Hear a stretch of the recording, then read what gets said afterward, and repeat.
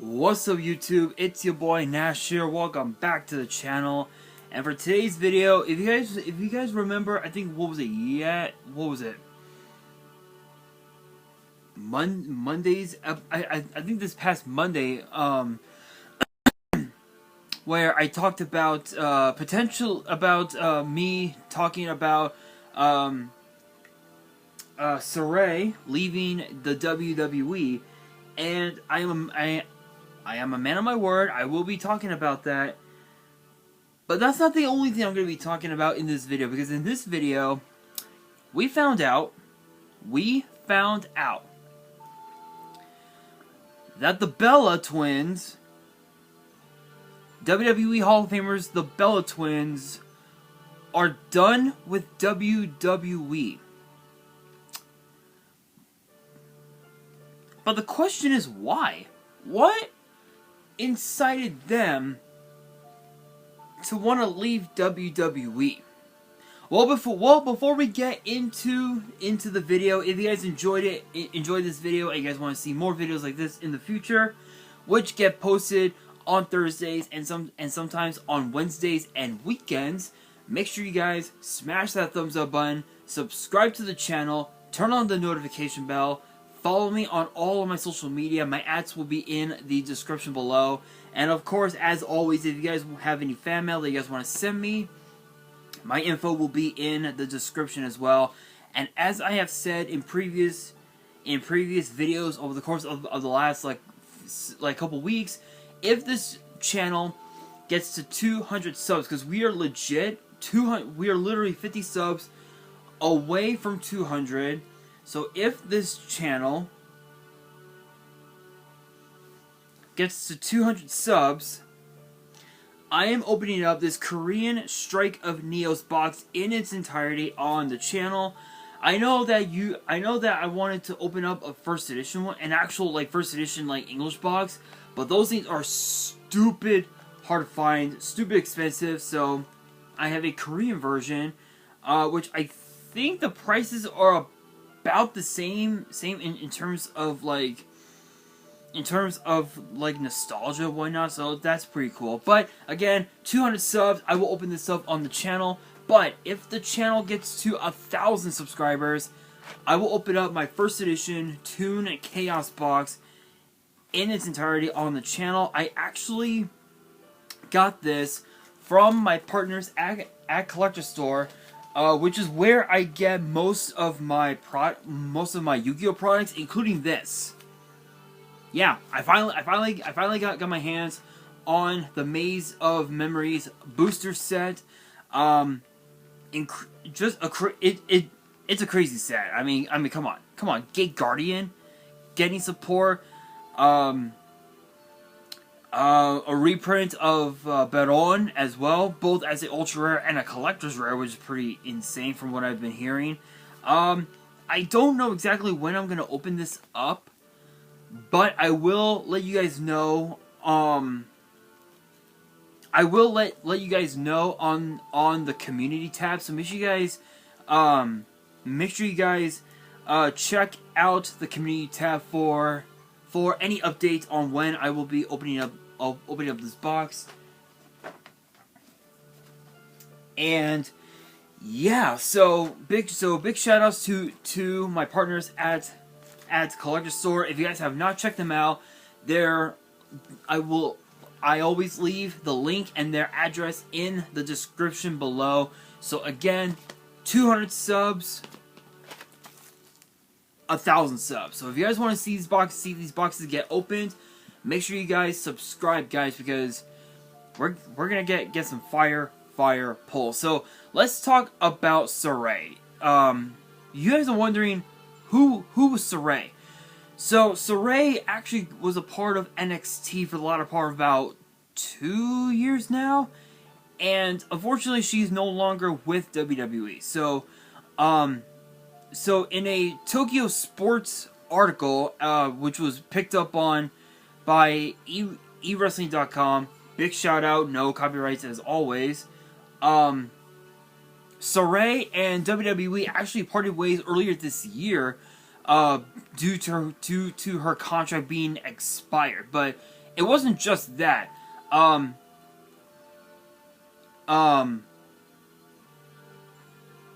so it's interesting because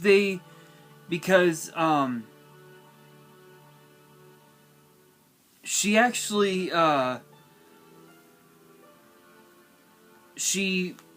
can I bring this up? The negotiations for her release were actually on good terms. So it means that the door will remain open for her to come back to NXT at some point. We don't know if she'll be back in NXT. We don't know when she'll be back in NXT or WWE in general. All we know is that they she left on good terms with WWE.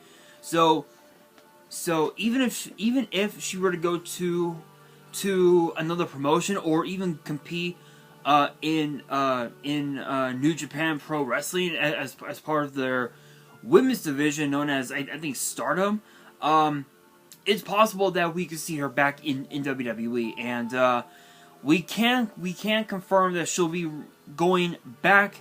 She'll be returning to the ring on May 16th, which is next month, which is actually in a couple months, in her homeland in Japan. So for those who don't know, she made her debut she made her wrestling debut back in 2011 at the age of 16. Who went under the name Sarray. I believe is how it's pronounced. If I'm reading this right, I believe it's Sarray. And she made her mark in World Woman Pro Wrestling Diana and Seedling prior to signing with WWE back in 2020, and it didn't really work out as planned because of COVID and everything else.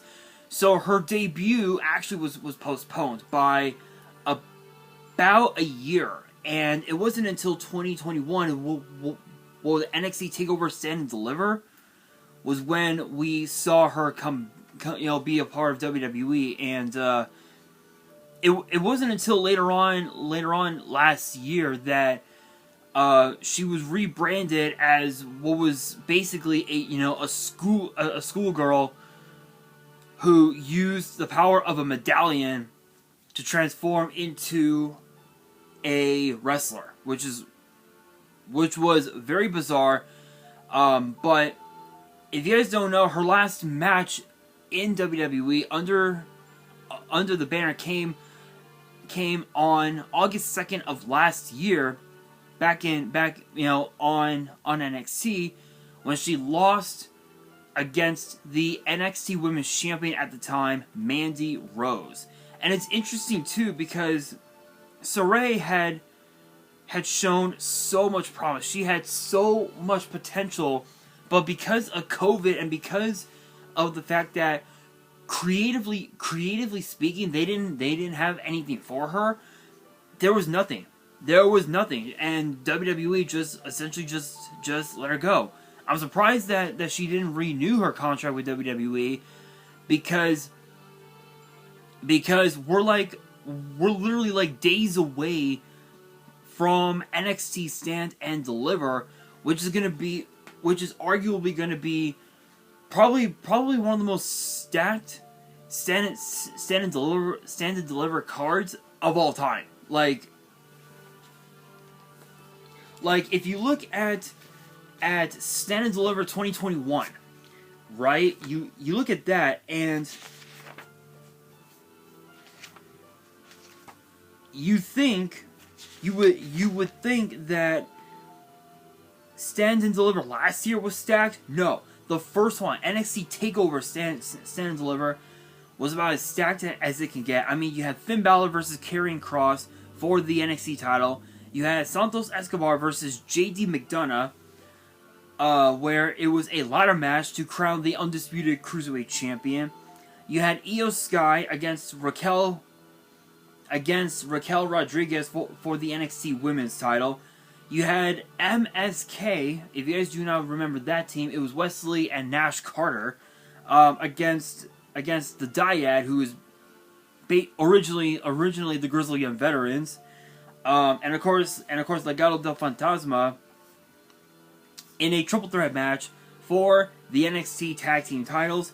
You had Johnny Gargano defending his North American title against whoever won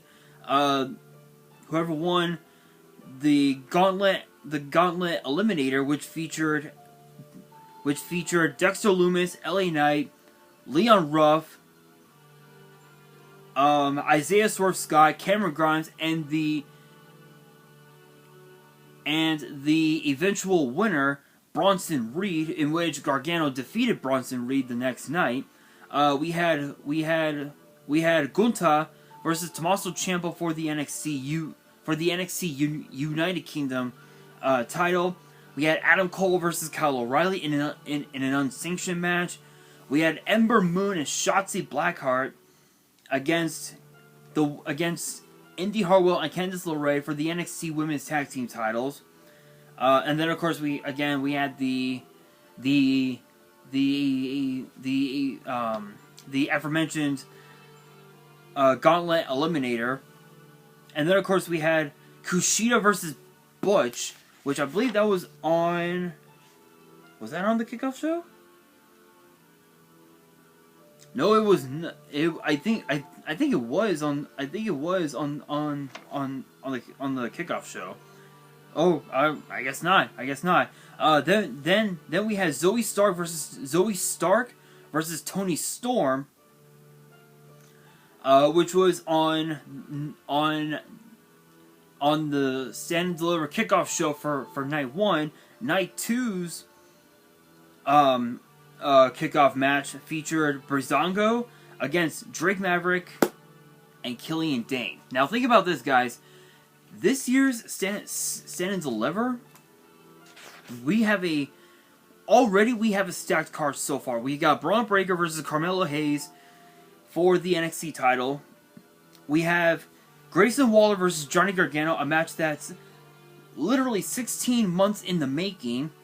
Zoe Stark, Gigi Dolan, and a few others for the right to compete in a ladder match for the NXT Women's title. Now we don't know if Roxanne Perez will be able to show up, and I talked about that on Monday. So if you guys have not seen that episode, please, I recommend you guys watch it, because I basically called it. I legit called it. I said that Roxanne Perez might have to relinquish the title. I basically called it. I pretty much called it. Then of course we have Isla Dawn and Alba Fire challenging Fallon Henley and Kiana James for the NXT Women's title. Sorry, for the NXT Women's Tag Team titles. Then of course we got Wesley in a fatal 5-way match against whoever the hell he chooses. And again, Sarray. Oh, how about that, guys? My brother just texted me. Hang on, guys. Hang on. Give me 1 second here. There we go. Anyway, Sarray, she could have been in that ladder match, but it just was not meant to be. But I will admit, she had so much promise. She had a lot of potential, but that potential was completely wasted. And I think if WWE does decide to bring her back, I can almost guarantee you she'll go back to NXT for about another year or so, and then she'll end up on the main roster, just because of the fact that people speculate that she could potentially join Damage Control, which is possible, which is a possibility, but we don't really, again, we don't know if that would even happen to begin with. So, but of course, big shout outs to Sarray. Best of luck with her in the future. Can't wait to see her come back to WWE at some point. But now we gotta talk about the Bellas, and I'm gonna be honest. I think it's just petty. I think it's petty bullshit. Because you guys know that about 2 years ago, the Bellas got inducted into the Hall of Fame. And they announced yesterday... Was it yesterday? Yeah. They announced yesterday that they would be going by their name by the names Nikki and Brie Garcia, which is actually their original, which is their actual last names. Actually, funny enough,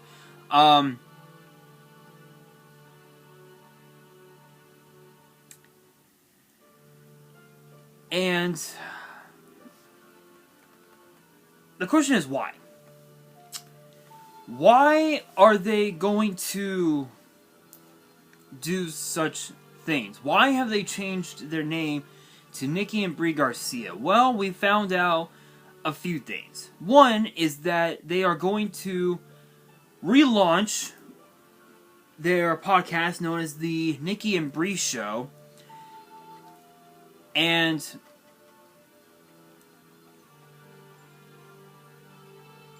they decided to drop the name Bella for their maiden names, which is obviously Garcia, and it was confirmed that they were going to be leaving WWE. But the question is why? Well, they confirmed the rumors of the Bellas leaving WWE via People magazine, and Nikki stated that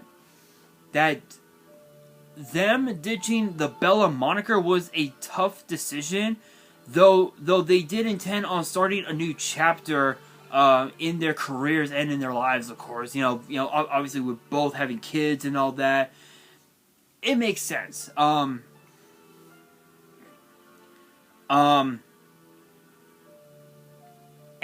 Nikki knew, and Garcia added that when it came to that, when the time came for the Bellas to renew their contracts with WWE, they knew that it was time that they moved. They headed into their next chapter, which they closed the book on the Bella Twins, and they've been a part of they've been in and out, but they've been a part of the WWE brand since June of 2007, and I remember that fondly because they were only developmental contracts at that time. But it wasn't until 2008 that Brie Bella debuted on SmackDown in WWE, and then it was like maybe it was like about 3 or 4 months later, or something like that. Nikki Bella ended up signing with SmackDown, and the duo had just dominated ever since. But it wasn't until around 2015 that they became that they started doing it part-time, just just because they wanted to put more focus on their careers outside of WWE and all that, and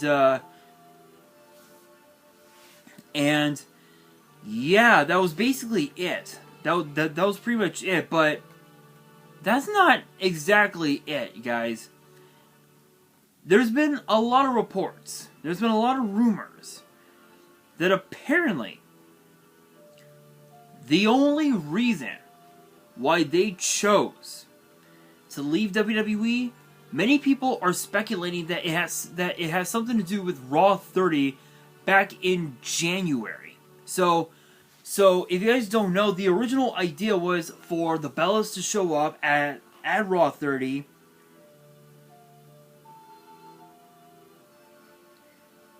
and do some sort of like backstage. Apparently, it was supposed to have been backstage segment with I think with Damage Control or something like that. I don't remember. I don't remember all the details, but this is just from the rumors that I heard on social media. The idea was for the Bellas to do an angle with Damage Control, in which case the Bellas would be saved by Becky Lynch, and that would have set up a massive, this huge like 6-woman tag. You know, I think it was supposed to have been at the Royal Rumble, which all of that got completely scrapped. So creatively speaking, it might have something to do with Raw 30, but who knows? But I can tell you one thing right now: there are a lot of people in the WWE universe who are elated to hear that the Bellas are leaving WWE for good. Like, yes, obviously it is. You know, for some people, yeah, that might be a good thing, but at the same time, people forget that they're both former Divas champions. So they've carried the women's division on their back for a while, but it wasn't until the summer of 2015 where Charlotte Flair, Becky Lynch, and Sasha Banks, or now Mercedes Moné, carried the women's division on their back from that point up until now, and they're still doing it. You know, obviously Mercedes, formerly Sasha Banks, she's now the IWGP Women's Champion, and she's carrying that women's division on her back and escalating it to heights unimaginable. Charlotte Flair, Becky Lynch, they're now champions. Charlotte Flair, a 14-time Women's Champion, now the current SmackDown Women's Champion, and Becky Lynch finally becoming a Grand Slam champion. Being the only, well, I would say a Grand Slam champion, but I think Triple Crown champion would probably be better. To have finally become a tag team champion is amazing. So, my thoughts on it, I think it's, I don't know how I feel about it, because Raw 30 could have been a huge thing for the Bellas. It would have been a great way for them to announce that they were going to do that they were going to rebrand their podcast. It would have been good, but now we don't know anymore. We honestly don't know. But I mean, shout outs to the Bellas. Best of luck in their future. We'll see what happens. But that brings me to the question of the day, which is this: do you guys want to see Sarray back in WWE at some point? And also the second part to this question is this: what is your all-time favorite Bella Twins moment? Or it could be a favorite match. I think for me, my favorite moment, my favorite match would probably have to be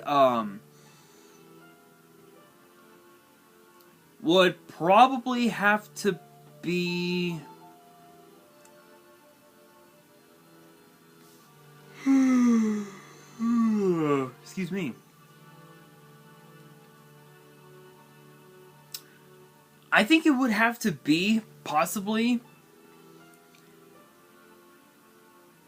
Nikki Bella versus Charlotte Flair at Night of Champions in 2015. It was, yeah, in 2015, because that was the night that Charlotte Flair became the last ever Divas champion before they rebranded the title into what we now see as the Raw Women's title. So let me know down in the comments below, and that will do it for today's video. Hopefully you guys enjoyed. If you did, make sure you guys smash that thumbs up button. If you guys are new to the channel and you guys want more videos like this in the future, which get posted every Thursday and sometimes on Wednesdays and weekends, make sure you guys subscribe to the channel, turn on the notification bell, Follow me on all of my social media. My ads will be in the description below, as will the info to my fan mail. It will also be in the description as well. And on that, this is your boy Nash, signing out.